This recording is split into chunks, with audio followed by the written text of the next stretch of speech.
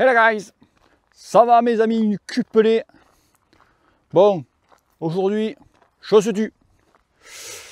Alors je vous en avais parlé déjà pour ceux qui ont suivi un petit peu les meet-up du dimanche, quelques lives sur Home Trainer, sur Facebook, ou enfin bref, les petites séances d'Home Trainer que j'avais posées sur la chaîne.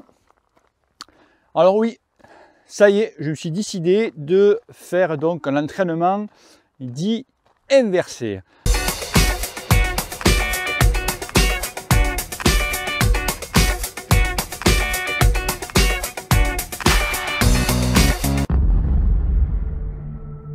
Alors rappelez-vous, il y a un an de ça, je voulais le faire et j'ai un ami à moi qui m'a dit fais très attention, des fois ça passe ou ça casse.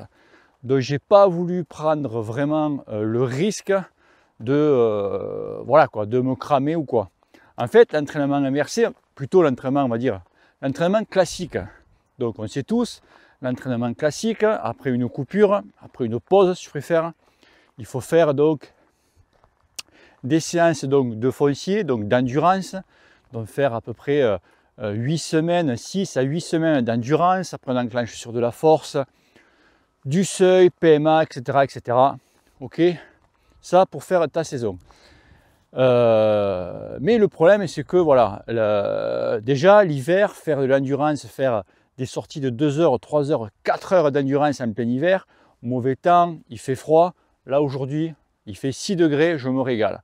Ah ouais, si, ça fait du bien un petit peu, les températures sont bien descendues. Donc tu vois, faire du vélo par les températures comme ça, c'est que c'est pas très agréable, c'est voilà quoi. Donc, l'entraînement inversé, ça consiste en quoi? C'est-à-dire qu'en fait, les hautes intensités, nous les faisons maintenant. Alors moi, j'ai enquillé le pas parce que voilà, vu qu'encore nous sommes en confinement, et oui, pour ceux qui vont regarder cette vidéo dans 10 ans, nous sommes toujours en confinement et c'est vrai que faire de l'endurance, en restant à la maison, c'est pas top. Donc je me suis dit, cette année, pourquoi pas, j'enquille le pas et je vais me dire, cette année, je vais faire l'entraînement donc inversé. Donc, j'attaque les intensités. J'ai déjà attaqué les intensités maintenant. Donc en fait, ça consiste en quoi? Ça consiste que donc, nous allons commencer par faire donc travailler donc le seuil. Alors pas la PMA au début, parce que tu comprends bien que si tu sors d'une coupure, d'une pause, quand je dis coupure, il y en a qui ne comprennent pas. Il y en a qui disent quand je dis coupure, ah bon, tu t'es fait mal? Non, garçon, on dit coupure dans le monde du sport, on dit on fait une coupure, c'est pas écorché si tu préfères. Et ouais, je vous dis, pensez toujours le pourcentage de cons.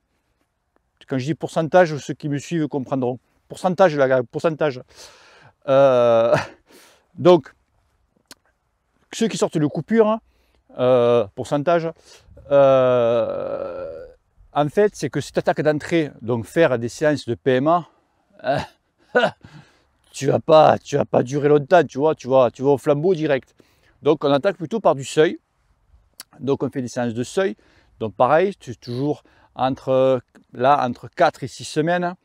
Après on va faire de la PMA. Ensuite force, et dans les beaux jours qui vont arriver, c'est là que tu vas enclencher donc tes séances d'endurance. Alors quand je dis que c'est à double tranchant, déjà il y en a qui ne supportent pas ce style d'entraînement. Pourquoi? Parce que faire des séances donc à haute intensité, donc en début de saison, pour ceux qui ont des courses vraiment en début de saison, qui ont des courses vraiment en janvier, février, ils sont un petit peu, je dis pas cramés, un petit peu entamés. Alors quand on fait les séances, quand on fait l'entraînement inversé, pensez surtout entre toutes les 6 à 8 semaines, faire une coupure de 1 semaine entière.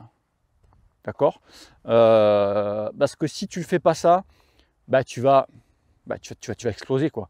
Alors moi quand j'ai rigolé, parce que quand j'ai vu un petit peu, je farfouille un petit peu, il y en a quand ils font des séances, donc ils font les séances de PMA, les mecs ils font 4 séances de PMA par semaine. J'en ai vu même qui en faisaient 5.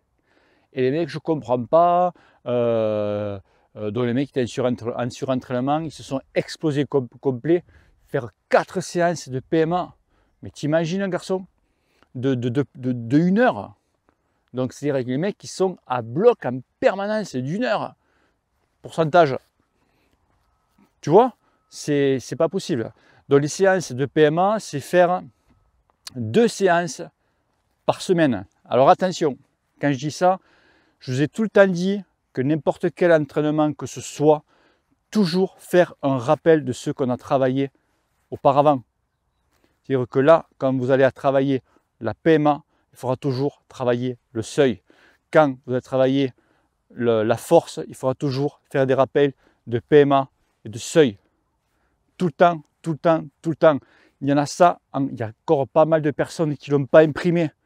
C'est-à-dire que quand tu fais, par exemple, l'entraînement classique, quand tu fais donc l'endurance, les mecs qui font 8 semaines, 2 mois d'endurance, après ils arrêtent l'endurance, ils n'en font plus. Les mecs, ils attaquent le seuil. Terminé. Et tout ce qu'ils font, à bloc, au seuil, au seuil, au seuil, ils ne font plus d'endurance. Pareil pour la main, pour la PMA, force et tout. Les mecs, c'est fini. Pour eux, c'est fait, c'est acquis. Ah non, garçon, c'est pas acquis du tout. Et la base de tout ça, c'est l'endurance. Tu peux être très fort, monter très très haut dans les watts, avoir une FTP de botch, une PMA, une VO2 max de botch, ce que tu veux. Si tu n'es pas endurant, tu ne feras rien. D'accord? Tu seras très fort sur 2 minutes, mais après, terminé. Après, il n'y a plus personne. Tu as bâché, tu as fermé la porte du frigo, terminé. Ciao, merci, au revoir d'être passé. Tu vois? Ok les gars? Donc moi, maintenant, aujourd'hui, donc je suis en période donc, de travailler donc, le seuil. Donc je fais une séance de seuil. Je fais par contre, je fais une petite alternative. Je fais une séance de PMA, dans la semaine. C'est tout. Je vais faire ça sur 6 semaines, voire 7 semaines, puisque bon, on ne peut pas sortir.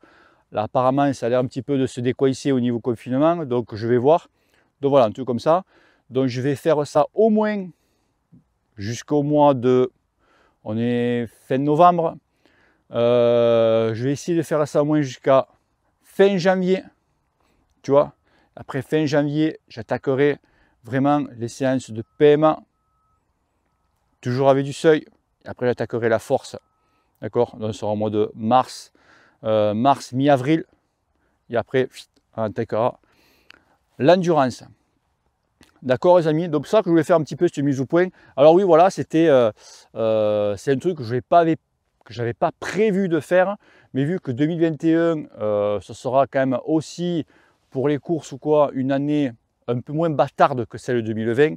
Mais un peu bâtardos quand même. Hein. D'accord? Donc on va voir un petit peu. Et voilà quoi. Et donc, comme l'année prochaine, j'ai décidé de ne pas faire des courses longues, c'est-à-dire des courses de 140 bornes, 160 bornes. Voilà quoi. Donc je préfère des courses plus petites, tu vois, mais qui seront un petit peu plus intenses. Voilà, si par exemple le Ventoux, cette année, je me suis inscrit sur le 138, le 140. Bon, l'année prochaine, je le fais, mais par contre, je fais le 80. Le 80, vraiment, je vais le faire au tempo, pareil pour les autres courses. D'accord, les amis? Donc, pour ça, je préfère faire des courses un petit peu plus courtes, mais qui va rentrer un petit peu plus, se faire un petit peu plus mal dans la gueule, quoi. Ok, les potos. Donc, voilà, c'est une petite vidéo que je voulais vous faire partager un petit peu.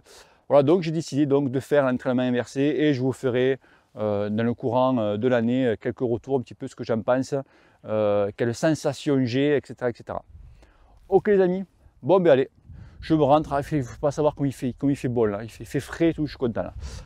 Allez, bisous à tous, ciao ciao, et que le cul vous pèle. Allez, peace. Je compris. C'est pas possible. Mais oui. Mais pas moi, j'ai rien compris de votre histoire. Bah, il a compris, lui.